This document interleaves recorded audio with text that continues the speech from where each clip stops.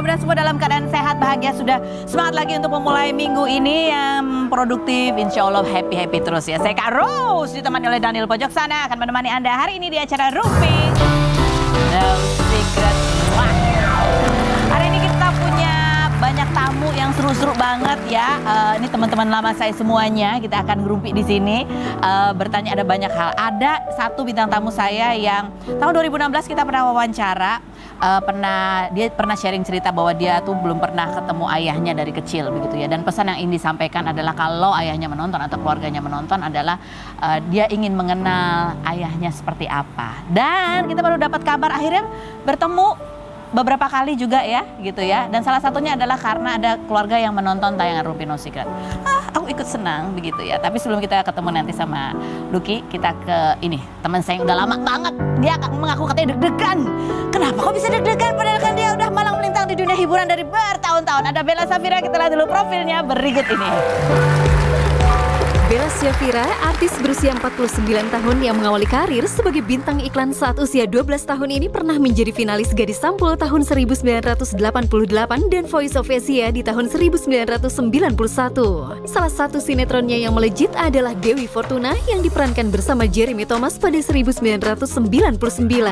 Perempuan yang gemar bersepeda dan berenang ini menikah dengan Letjen Purnawirawan Haji Agus Surya Bakti di tahun 2013, seorang duda yang memiliki 2 anak dan pernah menjabat sebagai Pangdam di Makassar pada 2015. 9 tahun menikah, Bella sempat dikabarkan bertengkar dengan anak sambungnya, namun hubungannya telah membaik dan Bella selalu mengikut sertakan kedua anak sambungnya bernama Todi Karliandra berusia 29 tahun dan Diandra Minunet berusia 16 tahun dalam berbagai kegiatan.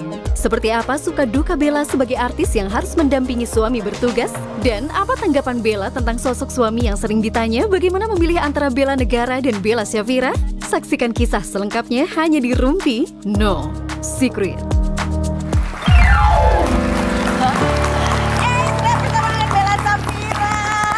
Ya ampun, dulu tuh Bella tuh termasuk dari top berapa ya, top 5 ya artis. Alhamdulillah gitu kan ya, kalau di sinetron tuh stripping tuh salah satunya dalam mukanya Ibu Bella ini ya. Coba kita Google nih sekarang, apa yang dicari orang Bella Safira dulu. Kita lihat dulu metamorfosanya Bella Safira. Cering. Kita lihat. Tuh ya. Banyak. Ya ampun, ibu dari yang mulai rambut yang kebob ya, Gadis Sampul. Yang nge-gym kurus. Itu rambutnya masih basah-basah gimana gitu. Hah, SMA itu yang keriting SMA, itu SMA juga yang sama Desi. Kan dulu dari Gadis Sampul kan ya. Itu SMA, ini udah lulus kuliah ini. Udah lulus kuliah. Ini yang pakai barusan. Baru 2 bulan lalu. Tapi dulu tuh sebenarnya cita-citanya apa sih? Kan ikut Gadis Sampul. Habis itu ikut ajang lomba menyanyi kan? Iya, ikut nyanyi. Voice of Asia. Voice of Asia, iya. Aku dulu cita-cita dari kecil nggak pernah berubah, arsitek. Oke. Iya, aku tahu ya. Kuliahnya tapi ekonomi gimana sih? Kuliah ekonomi. Jadi dulu tuh nggak diterima di ITB. Oh, harus ITB. Harus. Karena saudara-saudaraku tuh bapakku juga lulusan ITB kan. Jadi kayaknya kita tuh kayak udah di stem di keluarga tuh lulusan situlah gitu. Tapi nggak diterima. Terus? Jadi ya udah setahun kita kuliah dulu di kuliah ekonomi itu. Dan pada akhirnya udahlah nggak usah lagi ya, karena terus ketemu teman-teman, masih juga jadi model, mulai syuting. Jadi nggak pernah ada kebayang mau jadi artis, mau jadi penyanyi? Nggak ada. Itu hanya hobi-hobi aja? Hobi aja, hobi yang dijalanin kadang-kadang ngumpet-ngumpet sama orang tua ya kan. Gimana ngumpet orang kelihatan di TV? Ya karena kan kadang-kadang pulang malam, sementara ayahku nggak suka gitu kalau aku pulang malam. Jadi banyak bohongnya juga. Coba kita lihat ini kompilasi sinetronnya. Ada yang terakhir, yang hits banget itu, yang banyak banget serinya itu Dewi Fortuna. Dewi Fortuna. Tapi yang paling membekas banget di benak kamu apa yang? Ya Dewi Fortuna lah pastinya. Salah satunya. Terus salah satunya yang aku membekas banget juga sama Jeremy dan Ayu Azari itu di antara 2 pilihan. Lalu ada satu judulnya apa? Norma itu masuk ke Festival Film Indonesia. Ya, itu bagus banget filmnya dan syutingnya berat. Syutingnya karena macam-macam lah. Dan aku main sama orang-orang teater yang sudah senior gitu. Jadi ya agak pressure juga. Gitu. Pressure-nya kalau sampai aku nggak bisa ngimbangin mereka kan malu gitu kan. Zaman dulu tuh suka ada dibully-bully gitu nggak sih kalau ini? Nggak ada sih, saya sih nggak ngalamin. Nggak ngalamin ya? Iya, nggak ngalamin. Tapi dimarahin sutradara pernah? Dimarahin nggak pernah? Oh, nggak pernah. Oke. Coba kita lihat di kompilasi sinetron. Kayak apa sih aktingnya Bella Spinta? Sering banget dipasangin nama. Iya. Itu penggemarnya udah sampai mancanegara sih di antara dua pilihan. Wah, luar biasa. Pokoknya kalau ini banyak asam garam kehidupan kamu banyak sekali. Banyak banget kan beda zaman dulu saya menjejaki dunia entertain dengan yang sekarang. Sekarang itu banyak bantuan kalau maksudnya gini, sekarang itu banyak fasilitas yang bisa kita manfaatkan lebih maksimal. Kalau kayak dulu sosial yang media, apa segala macam gitu. Lomba-lomba. Dulu Bella Safira termasuk artis yang orangnya tuh saklek gitu ya kamu ya? Iya, saklek. Di zaman dulu itu gitu. Pokoknya saya tuh dulu tuh kalau nggak mau ya udah gitu. Pokoknya kita gini, tapi saya profesional. Iya. Jadi memang kita menunjukkannya dengan kualitas acting, kualitas kerja kita, terus bersosialisasi di tempat kerja juga nggak walaupun kalau kan gitu. kalau ngomong kan manja-manja gimana, orangnya saklek loh. Gitu. Dan nah ini nih, ini di tahun 2013 ya 2013. menikah dan berubah tuh langsung kayaknya tuh kehidupannya dari artis. Kemudian ini Google yang kedua, coba kita lihat Google yang kedua adalah nih berikutnya istri legend purnawirawan Agus Suryabakti. Dari artis kemudian jadi ibu-ibu persit. Iya ya. Ceritain dong. Ketemunya tuh dulu katanya kan kamu sebenarnya juga aku nobar ya, aku mau nobar dan nggak ada rencana mau bertemu. Jadi memang beliau itu janjian sama orang yang saya kenal, ketemu di situ dan akhirnya jadi makan sama-sama. Tapi posisinya beliau sudah duda. Tapi kamu Aku jomblo. Aku jomblo tuh 8 tahun loh. 8 tahun 8 tahun jomblo, lama banget. Jadi pada saat tersebut tuh aku tuh sebenarnya udah yang nggak kepikiran. Udah males deh gitu. Udah males deh. Ya males karena galau udah lewat ya kan. Capek dikenalin juga udah lewat gitu. Capek dikenalin jadi nggak pengen kalau ada males deh gitu. Iya udah males dikenalin tuh kayaknya udah berapa kali. Tapi gitu. Tapi dari mulai males itu malah kamu menawarkan beliau itu MLM, betul? Betul. Malah dijadiin prospek MLM. Iya. Aku kan dulu kan bos MLM ya gitu. Jadi saya tahu ini siapa gitu. Kamu bos MLM dulu? Iya. Jadi ya tapi lapis ketiga. Jadi kan ada 2 orang di atas saya. Jadi termasuk seniornya lah. Kok aku nggak pernah ditawari? Belum kenal. Udah. Kita udah ke Amerika, udah ke Jepang, udah. Iya ya. Padahal waktu kita pergi kan omongan kita banyak. Iya dan waktu itu beliau membutuhkan untuk ibunda. Itu kan produknya antioksidan ya. Dan produk kesehatan. Iya, produk kesehatan. Terus saya tuh lagi jenuh juga di dunia syuting. Jadi kayak cari yang lain lah gitu. Betul. Dari situ muncul benih-benih. Mau di-delete tadinya, kontak tersebut mau saya delete. Kenapa? Gitu. Karena nggak ada nama, nggak ada foto gitu. Jadi ini siapa nggak jelas kan. Sejak kenal ketemu yang makan malam cuma itu. tukeran nomor telepon aja. Cuma tukeran pin zaman itu. Pin BBM. Ya. 2 bulan tuh tidak ada komunikasi sama sekali dan mungkin beliau lupa, saya juga lupa gitu. Terus akhirnya dia kan, ya saya nawarin MLM itu. Pada saat akhirnya diajak menikah, itu kan kan ada banyak komitmen yang harus dijalani oleh seorang Bella Safira. Besar. Ya karena mendampingi seorang suami yang bertugas satu. Terus ada banyak perbedaan yang harus disatukan. Itulah perjuanganku. Itulah. Jadi begitu banyak penyesuaian ya, saling menerima, saling mengenal itu kan nggak cukup cuma ngomong-ngomong, tapi kita dari waktu ke waktu menjalankan dan akhirnya dinamika itu banyak memang, banyak dinamika dan saya lebih harus bisa menyesuaikan diri karena dalam posisi beliau tidak mungkin beliau yang masuk dalam dunia saya masuk dunia beliau. Tapi kamu pada saat itu memang sudah siap untuk mencari hal yang lain di luar dunia keartisan? Atau enggak? Saya pada saat tersebut betul banget. Memang ada keinginan untuk saya tuh harus punya dunia karir yang benar gitu. Waktu itu mikirnya karir. Mau kerja kantoran? Iya. Makanya menjalankan bisnis MLM ya, terus ada menyewakan properti sendiri gitu milik pribadi. Tapi apa yang membuat gitu. Pada saat itu yakin ya ini deh gitu menikah dengan beliau gitu? Dari yang semua yang sudah pernah dikenalin ya, beliau paling alim ya, paling soleh ya, paling alim. Karena zaman itu yang saya cari itu sebenarnya orang yang benar ibadahnya, keluarganya juga yang biasa-biasa aja lah, jangan yang jadi saya tuh sudah capek sama orang yang pamer-pamer, yang gini kayak kita tuh udah no bukan yang kayak gini loh gitu. Bukan kayak gini ya. Udah banyak lah ya. Anda harus tanya tuh yang kayak apa yang harus kita waspadai. Dan sudah 9 tahun, ini postingan di Instagram ya, 9 tahun. Masih dibentuk dan susah banget lo ngerayu bikin video jalan 10 meter doang. Itu 10 meter, bener-bener 10 meter. Dan di sebelah kita tuh ada tukang Starling, Starbucks keliling. Keliling. Terus ada orang main skateboard segala macam. Ini nih menjelang maghrib. Emang lagi seru loh jalan-jalan di trotoar ini ya kan? Iya sih, saya lucu sih. Dan saya seneng karena sebetulnya spot-spot begini orang juga nggak terlalu tahu kita sih. Iya, terlalu ngeh kan? Gitu. Itu lebih terkenal bonge kalau di situ sekarang ya kan sama kurma. Kita bukan ini. Benar. Nih pokoknya beda banget. Saya tipe si idealis movie romantic comedy. Beliau tipe movie full speed action. Pokoknya yang no drama gitu. Tapi lucu banget ya kamu romantic comedy. Aku ngebayangin kalau Bapak dengan tugasnya gitu ya.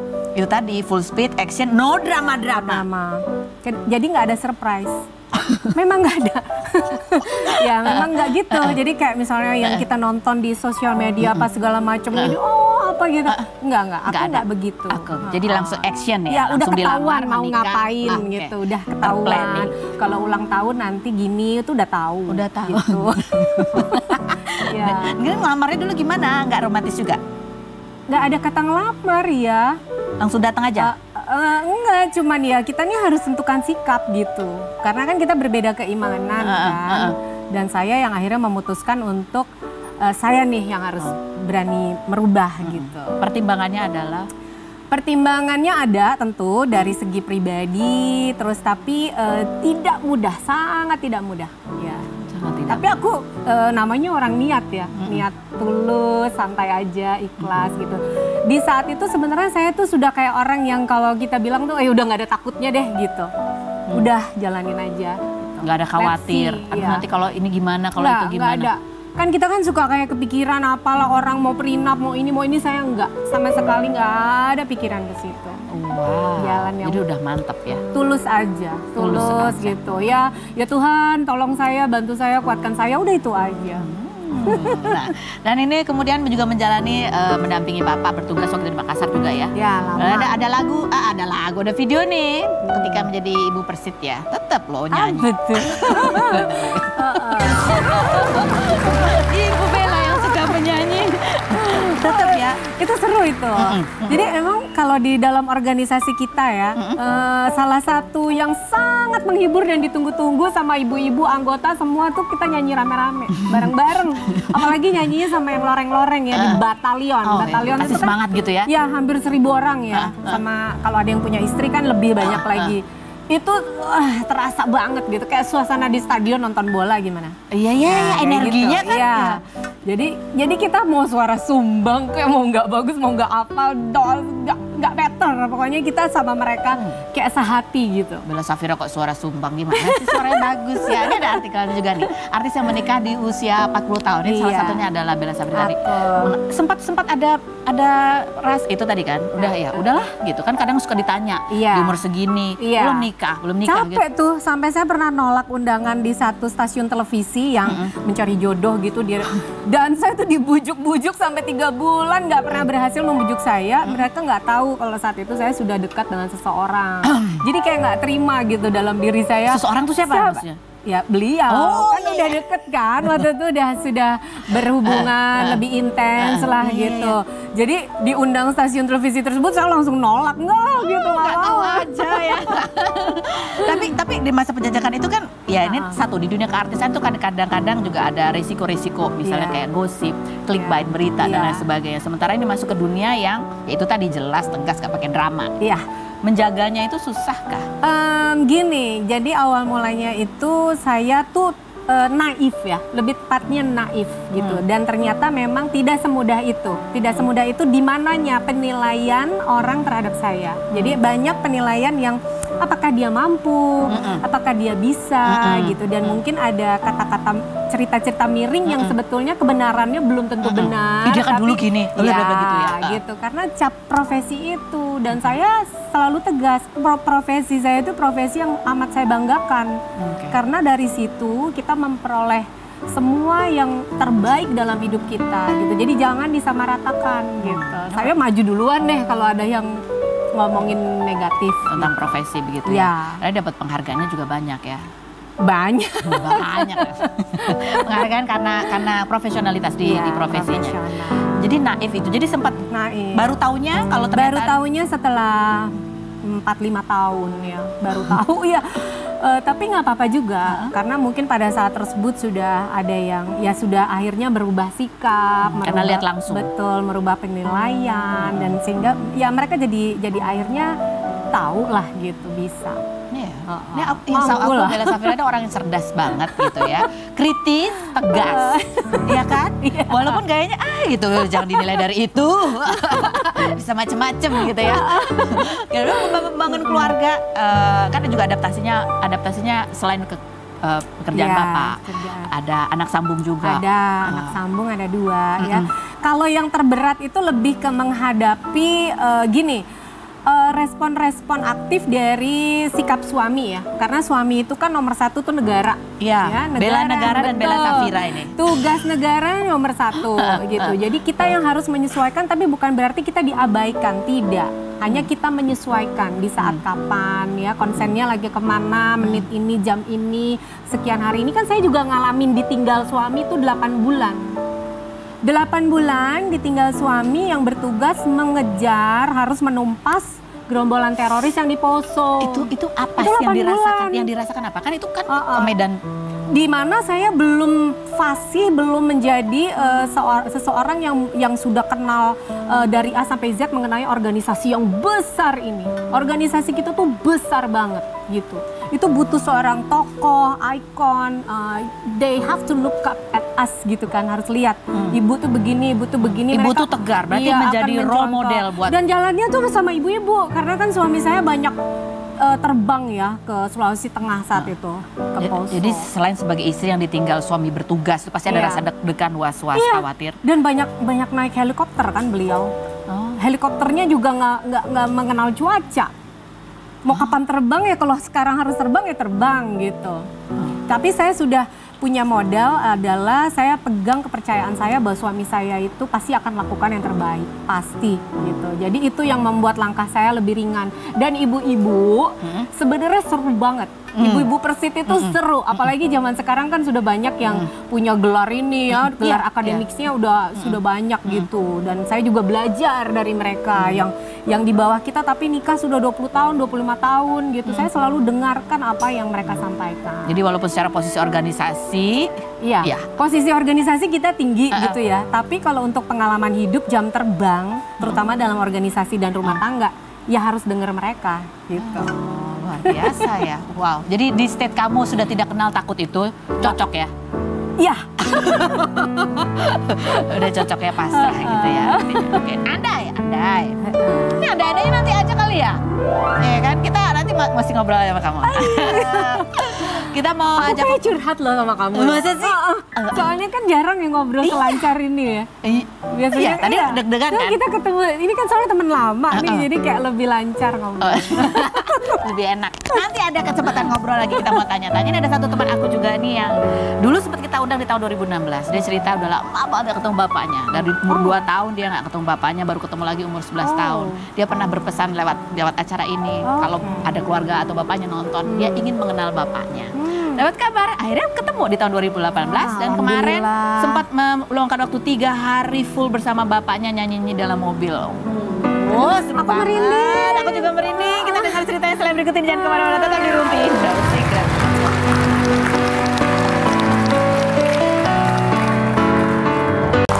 Kita di private room bersama salah satu sahabat saya, Lucky Octavian. Hai. Terus. Aduh. Jangan bikin nangis dulu. jangan. Aku yang udah pengen nangis. No. Aku kemari bahagia, happy. Bisa ketemu lagi Karos ya. Happy itu juga boleh sambil terharu. Iya. Ini ada postingan kamu yang aku ikut senang. Alhamdulillah. Selama penantian 30 tahun. Ya kurang lebih sih 30 tahun ya, karena kan terakhir ketemu tuh umur 13-14 tahun ya, cuman memang tidak ada interaksi ngobrol ya, jadi hanya pertemuan keluarga. Jadi cuma bisa memandang meeting keluarga dari balik pintu waktu itu. Dan sempat ketemu, tapi nggak banyak ngobrol ya. Yang aku ingat memang nggak ada interaksi ngobrol gitu. Oke. Ini udah bisa ditayangkan, kita mau putar lagi. Kita pernah wawancara Lucky pernah cerita apa yang dia rindukan, apa yang diharapkan di tahun 2016. Buat aku harapan dia ini adalah sesuatu yang luar biasa ketika di tahun 2022 ini aku melihat postingan ini.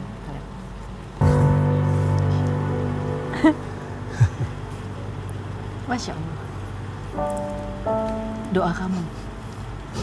Wow.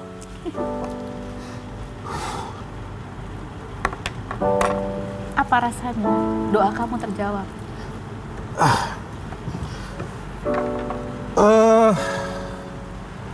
Sekali lagi Kak, saya hanya sebagai manusia biasa. Saya sebagai seorang anak yang memang masih banyak kekurangan, masih banyak dosanya, masih banyak PR yang saya lakukan dalam kehidupan saya. Tapi saya sangat bersyukur bahwa Allah Maha Baik. Ya. Mungkin ini atas buah kesabaran dan doa-doa saya selama saya panjatkan, akhirnya Allah memberikan waktu dan momen yang tepat di saat usia sekarang. Dan terlebih lagi, sekali lagi saya tidak saya tidak berharap banyak Kak Ros dalam kehidupan. Saya menjalani hidup ini seperti air mengalir saja. Bukan popularitas yang saya cari. Saya hanya seorang pekerja seni yang dimana saya bekerja bernyanyi menghibur orang dari satu panggung ke panggung, yang hanya punya mimpi sederhana ingin bertemu Papa. Dan Allah ngabulin hampir kurang lebih 30 tahun ya. Tapi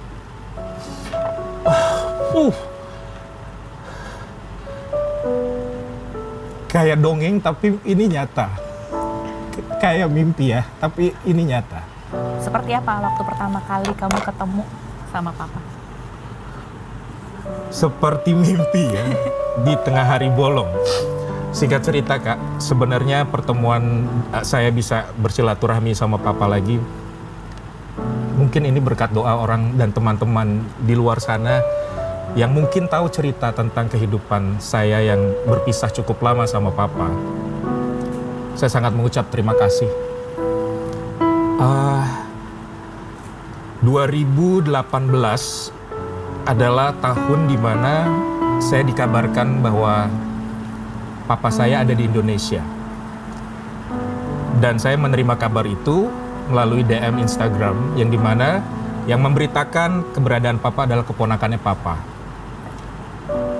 Lalu saya waktu itu lagi latihan nyanyi. Pas hujan-hujan saya masih ingat, saya numpang di mobil teman saya untuk berteduh. DM masuk dan ada tulisan, "Halo Kak Lucky, kakak masih cari papanya enggak?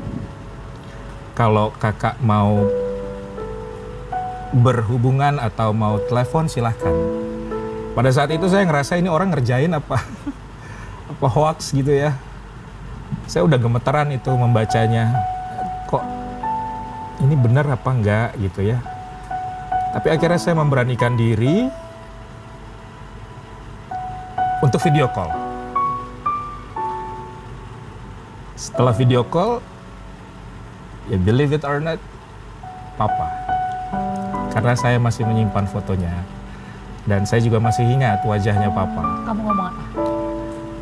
Papa tuh orangnya cool ya. Sangat cool gitu. Jadi kayak temen aja ngomong, "Hey, apa kabar?" gitu. Saya jadi awkward gitu ya, jadi bingung mau ngomong apa gitu ya. Saya cuman bilang, "Kok baik-baik, Pak. Wow, terima kasih sudah mau mencari saya selama ini." Ini lebih dari apapun permintaan doa saya sama Allah. Saya nggak ingin menyatukan mama papa, enggak. Saya ini hanya sebagai doa seorang anak aja yang satu-satunya yang saya penasaran aja. Sesimpel itu, Kak. Saya berdoa hanya pengen ketemu. Bagaimana kabar papa? Bagaimana kehidupanmu? Sesimpel itu. Dan alhamdulillah kita bisa bersilaturahmi melalui WhatsApp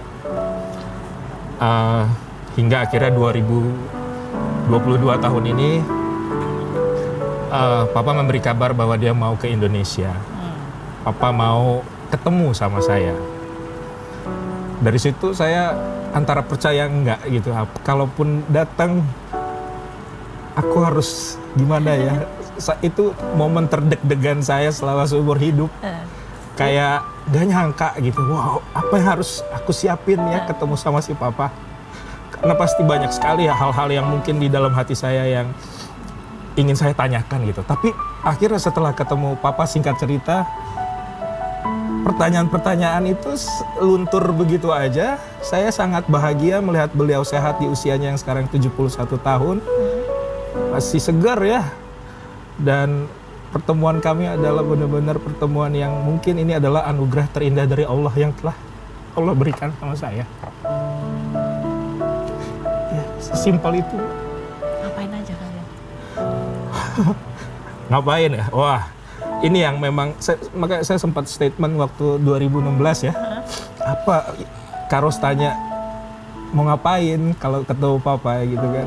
Ya akhirnya terwujud Karos. Saya nyanyi di mobil berdua dan kita dinner bareng, kita lunch bareng.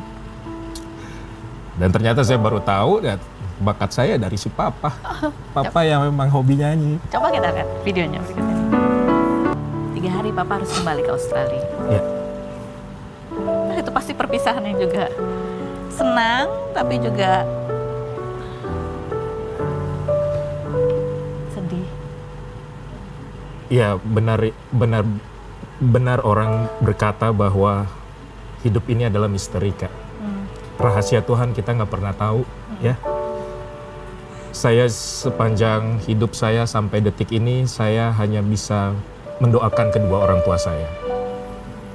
Dari segala apapun kekurangan yang saya miliki, PR-PR yang masih banyak yang saya harus lakukan. Tapi lagi-lagi pada akhirnya saya hanya berserah kepada Allah bahwa di dunia ini saya tidak berharap untuk banyak hal. Impian saya sangat sederhana. Saya hanya penasaran aja, Kak. Ingin apa rasanya mempunyai seorang ayah ketika kita bisa hangout bareng. Apa rasanya? Seru ya. Ya kayak teman jadinya kita ya. Saya juga tidak pernah mengorek-ngorek masa lalu antara kedua orang tua saya. Buat saya yang sekarang adalah bagaimana memaafkan dan ikhlas dan bersabar bahwa ini yang terjadi adalah bukan karena kebetulan. Saya nggak pernah tahu apa yang saya lakukan, mungkin kebaikan-kebaikan yang telah banyak saya belajar, seperti sistem hukum tanam dan tuai. Kita nggak pernah tahu ya, Kak. Hidup semuanya tuh misteri. Hidup adalah misteri. Jadi ternyata ini dampaknya juga sangat luar biasa sekali ketika saya memposting Ini kedekatan saya dengan Papa. Banyak sekali yang DM dan mereka bercerita tentang kehidupan yang sama seperti saya. Itu membuat saya terharu. Saya tidak sendiri di dunia ini mengalami perjalanan hidup saya. Sampai pada akhirnya bahkan yang saya tidak kenal, mereka dengan ikhlas ya memberikan cerita yang dimana, Kak, saya terharu dengan postingan Kakak. Saya juga udah lama ditinggal Papa saya. Saya nggak pernah ketemu. Tapi setelah melihat postingan Kakak, setidaknya saya punya pengharapan bahwa suatu hari nanti saya bisa seperti Kak Lucky. Dan saya cuma bisa bilang, tetap bersabar, tetap berdoa. Memang tidak ada jaminannya. But soon or later kita akan menemukan jawaban tepat di waktu yang indah. kita akan kembali lagi, tetap di Rumpi. Aduh ya. Musdalifah, pengusaha berusia 44 tahun ini pernah menikah dengan pedangdut Nasar Sungkar pada 2012 dan dikaruniai seorang anak namun bercerai pada 2015. Perempuan yang sebelumnya pernah menikah dengan Haji Nurman selama 14 tahun namun ditinggal wafat pada 2011 ini juga pernah menikah dengan Hairil Anwar pada 2017 namun mengajukan gugatan cerai 2 bulan kemudian hingga ia menikah lagi dengan Fadil Islami yang 15 tahun lebih muda pada 2019. Musdalifah yang sempat berencana menjual rumahnya namun kini dijadikan kafe ini memposting foto pertemuannya dan anaknya dengan Nasar dalam acara ulang tahun Bambang Susatyo, Ketua MPR RI. Padahal Juni lalu dalam sebuah podcast Nasar menangis menceritakan kalau ia tidak pernah bertemu anaknya. Benarkah Musdalifah sempat melarang Nasar bertemu anaknya? Saksikan kisah selengkapnya hanya di Rumpi No Secret.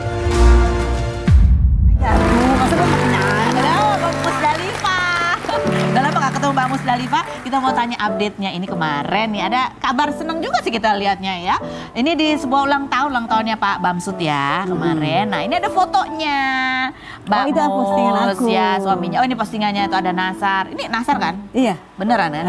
Terus ada ketemu sama anaknya juga gitu ya. Happy lah gitu ya happy, kan? Anaknya happy dong. Ini gimana sih kronologi bisa ketemu di acara ini? Gimana ceritanya Mbak Mus? Oh acaranya pas kronologi aku bilang mau ke Mulia kan. WhatsApp-an nih memang sama Nasar. Tentang anak dulu kan. Akhirnya aku bilang aku bawa Palhan ya kalau memang ada acara. Akhirnya pas papahnya Palhan selesai nyanyi, ketemulah Pak Nasar paranin aku. Oh, terus ketemu deh. Emang terakhir ketemu kapan sih? Ketemu secara langsung ya? 2016. Oh terakhir ketemu itu 2016? 2016. Lama banget. Sama sekali nggak pernah ketemu. Teleponan tapi teleponan? Nggak. Video callan? Teleponan waktu 2016, teleponan waktu aku lagi di Bali sama anak-anak. Oh gitu, itu sempat telepon. Terus anaknya gimana ketemu bapaknya setelah seneng, aku lama kan banget 2016? Aku kan nggak pernah, maksudnya kayak papa Fadilnya nggak pernah, ini papa kamu lagi nyanyi ini. Jadi selalu dikasih tahu, jadi biar nggak lupa. Oh, jadi ya Mbak pasti inget lah ya gitu ya. Tapi kenapa kok lama banget ya ketemu itu? Kenapa sih Mbak Mus sebenarnya? Mungkin sibuk juga papahnya, aku ngerti lah. Tapi komunikasi Mbak Mus sendiri sama papahnya, bapaknya sebulan 2 Falhan? kali aku bilangin, maksudnya kirimin foto, keadaan anak, terus anaknya sunat, apa aku bilang. Selalu kasih kabar gitu. Tapi sebenarnya kalau mau datang ketemu boleh? Boleh. Tapi belum ada jadwal pasti gitu ya? Iya, mungkin Allah juga belum mempertemukan. Alhamdulillah waktu pas ulang tahunnya Pak Basmut itu yang di ini Mulia itu akhirnya ketemu. Nah setelah dari pertemuan itu udah ada pembicaraan belum? Nanti bikin jadwal ketemu hari apa gitu nggak ada? Belum. Oh belum ada? Oh belum ada. Kita ngobrol lagi setelah berikut ini. Tetap di Rumpi.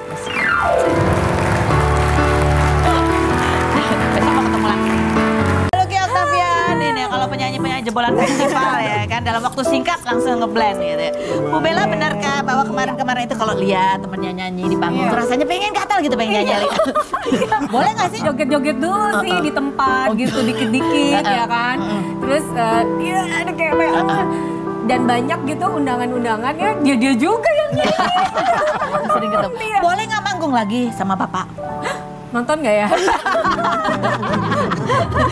Gitu. Mari ditanyakan. Nah, ini ditanyakan. Oke, ada Q&A pertanyaan. Oh nggak ada, pertanyaannya ini aja ya. Ini kan doa yang terjawab akhirnya. Amin, alhamdulillah. Amin. Bu Bella juga yang sudah, udahlah, kata ternyata. 2 tahun aku doanya tuh.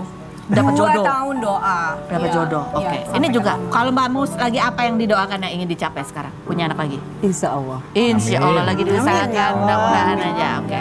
Mudah-mudahan tercapai ya. Jadi ini sebenarnya pembicaraan kita ini sebenarnya banyak hal ya. Salah satunya adalah bahwa kita nggak pernah tahu kok di saat yang tepat gitu ya.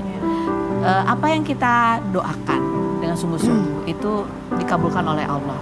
Tapi memang tadi kata Luki harus sabar ya. Ya, sabar dan jangan pernah menyerah. Jangan pernah menyerah. Cepat atau lambat ya, cepat atau lambat memang kita nggak tahu namanya rahasia Tuhan ya. Tapi ya kita yang sebagai manusia ya, manusia biasa ya tetap memang harus bersabar. Bersabar. Kuncinya itu ya. Kalau kata Bella tadi sudah tidak ada takut. Percaya aja. Iya. Percaya aja. Mbak Mus juga Harus dong. kita dengar nanti kabar baiknya setelah yang berikut ini. Amin. Luki, Bu Bella, terima kasih Mbak Mus, terima kasih sudah, terima kasih Anda semua. Sampai jumpa, kita ketemu lagi di acara Rumpi.